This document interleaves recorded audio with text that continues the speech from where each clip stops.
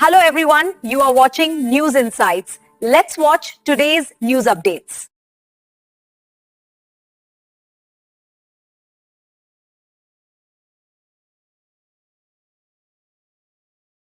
ಇಟ್ಕೊಂಡಿದ್ದೇವೆ ಮತ್ತು ಮದುವೆ ಮತ್ತು ಇನ್ನಿತರ ಶುಭ ಕಾರ್ಯಕ್ರಮಗಳಿಗೆ ಎಲ್ಲ ಸಮಯದಲ್ಲೂ ಕೂಡ ನಾವು ನೀಡ್ತೇವೆ.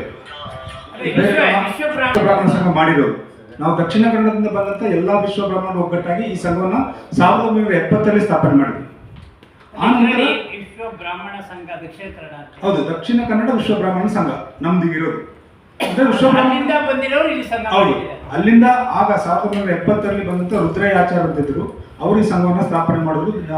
4ನೇ ತಾರೀಕು ಜನವರಿ 1970ರಲ್ಲಿ ಸ್ಥಾಪನೆ. ಸೈಟ್ ನಮಗೆ 1992ರಲ್ಲಿ ಸಿಕ್ತು. 92ರಲ್ಲಿ ಸೈಟ್ ಸಿಕ್ತು. ಅದು ಈಗ ನಾವು ಸಮುದಾಯವನ್ನು ಮಾಡ್ತಾ ಇದ್ದೇವೆ. ಅದಕ್ಕೆ ಮುಂದೆ ಪೂಜಾ ಮಂದಿರವನ್ನು ಕಟ್ಟಿದ್ದೇವೆ ಮತ್ತು ನಮ್ಮದೇ ಆದಂತ ಒಂದು ವಿಶ್ವಕರ್ಮ ಧಾಮ ಅಂತೇಳಿ ಚಿಕ್ಕ ಸಭಾವನ ಇತ್ತು. ಅದರಲ್ಲಿ ಈಗಲೂ ಕೂಡ ಉಪನಯನ, ನಿಶ್ಚಿತಾರ್ಥ, ಚಿಕ್ಕ ಪುಟ್ಟ ಮದುವೆಗಳು, ಪೂಜೆಗಳು ನಡೀತಾ ಇದ್ದಾವೆ.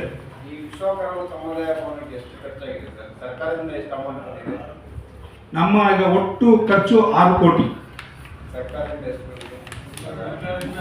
ಸರ್ಕಾರದಿಂದ ಯಾವುದೇ ಅನುದಾನ ಬರಲಿಲ್ಲ. ಆದ್ರೆ ವೀರಪ್ಪ ಮೊಯ್ಲಿ ಅವರು ಸಂಸದರಾಗಿದ್ದಾಗ ಒಂದು 10 ಲಕ್ಷ ಅನುದಾನ ಬರೆದು ಬಿಟ್ಟರೆ ನಾವು ಈಗಲೂ ಹಿಂದುಳಿದ ಇಲಾಖೆಯಲ್ಲಿ ಅಡ್ಡಾಡ್ತಾ ಇದ್ದೇವೆ. ಯಾವುದೇ ಅನುದಾನ ಬಂದಿಲ್ಲ. ಆದ್ರೆ ಒಂದು ಅವರು MP ಆದಾಗ ಸಂಸದರ ಅನುದಾನದಿಂದ ಬಂತು ಸರ್ಕಾರದಿಂದ ಯಾವುದೇ ಅನುದಾನ ಬರಲಿಲ್ಲ. ನಾವು ಹಿಂದುಳಿದ ವರ್ಗ, ಅದರಿಂದ ಅದಕ್ಕೂ ನಾವು ಕೊಟ್ಟಿದ್ದೇವೆ.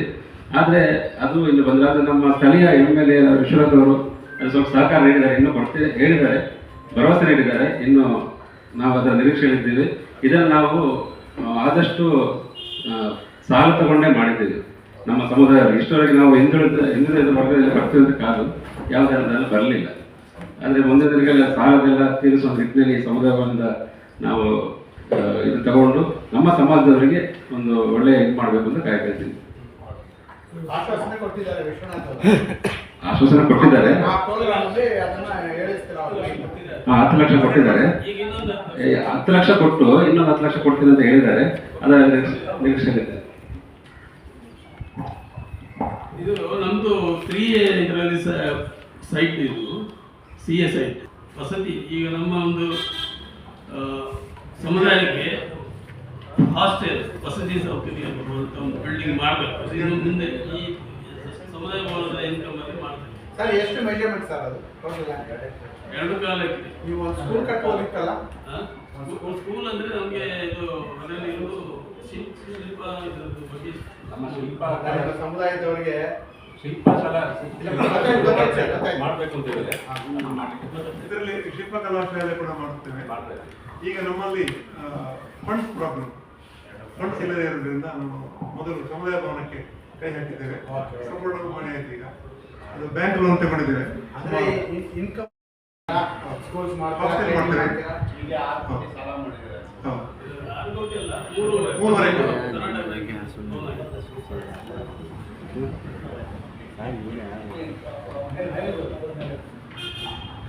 ನಮ್ಮ ಹಿರಿಯರು ಬಹಳ ಕಷ್ಟಪಟ್ಟು ಜಾಗ ಉಳಿಸ್ಕೊಳ್ಳಿಕ್ಕೆ ಬಹಳ ಕಷ್ಟ ಇತ್ತು. ಎಲ್ಲ ಕಡೆ ಹೋಗಿ ಜನರಲ್ಲಿ ಡೊನೇಷನ್ ತಗೊಂಡು ಅದನ್ನು ಉಳಿಸಿ ಬೆಳೆಸ್ಕೊಂಡು ಬಂದಿದ್ದಾರೆ.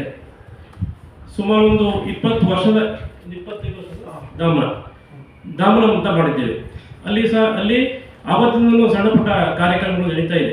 ಮದುವೆ, ಉಪನಯನ ಇರ್ಬೋದು, ಸೀಮಂತ ಇರ್ಬೋದು, ನಾಮಕರಣ, ಹಾಗೆ ಮದುವೆ ಸಹ ಹೊರಗಡೆ ಗ್ರೌಂಡಲ್ಲಿ ಸಾಮೇನು ಹಾಕಿ ಮದುವೆ ಸಹ ನಡೀತಾ ಉಂಟು.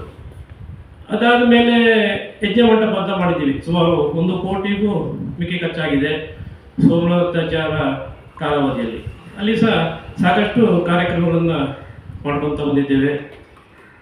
ಹಾಗೆ ಎಲ್ಲರ ಸಹಕಾರದಿಂದ ಕರ್ನಾಟಕ ಬ್ಯಾಂಕಲ್ಲಿ ಲೋನ್ ಮಾಡಿ ಸುಮಾರು 3.25 ಕೋಟಿ ಲೋನ್ ಮಾಡಿ ತುಕಾರಾಮಾಚಾರ್ಯರ ಅಧ್ಯಕ್ಷತೆಯಲ್ಲಿ ಸಮುದಾಯ ಭವನವನ್ನು ಇನ್ನು 2 ದಿವಸ ನಾನು 29/3/26 ಭಾನುವಾರದಂದು ಲೋಕಾರ್ಪಣೆಗೊಳ್ಳಲಿದೆ.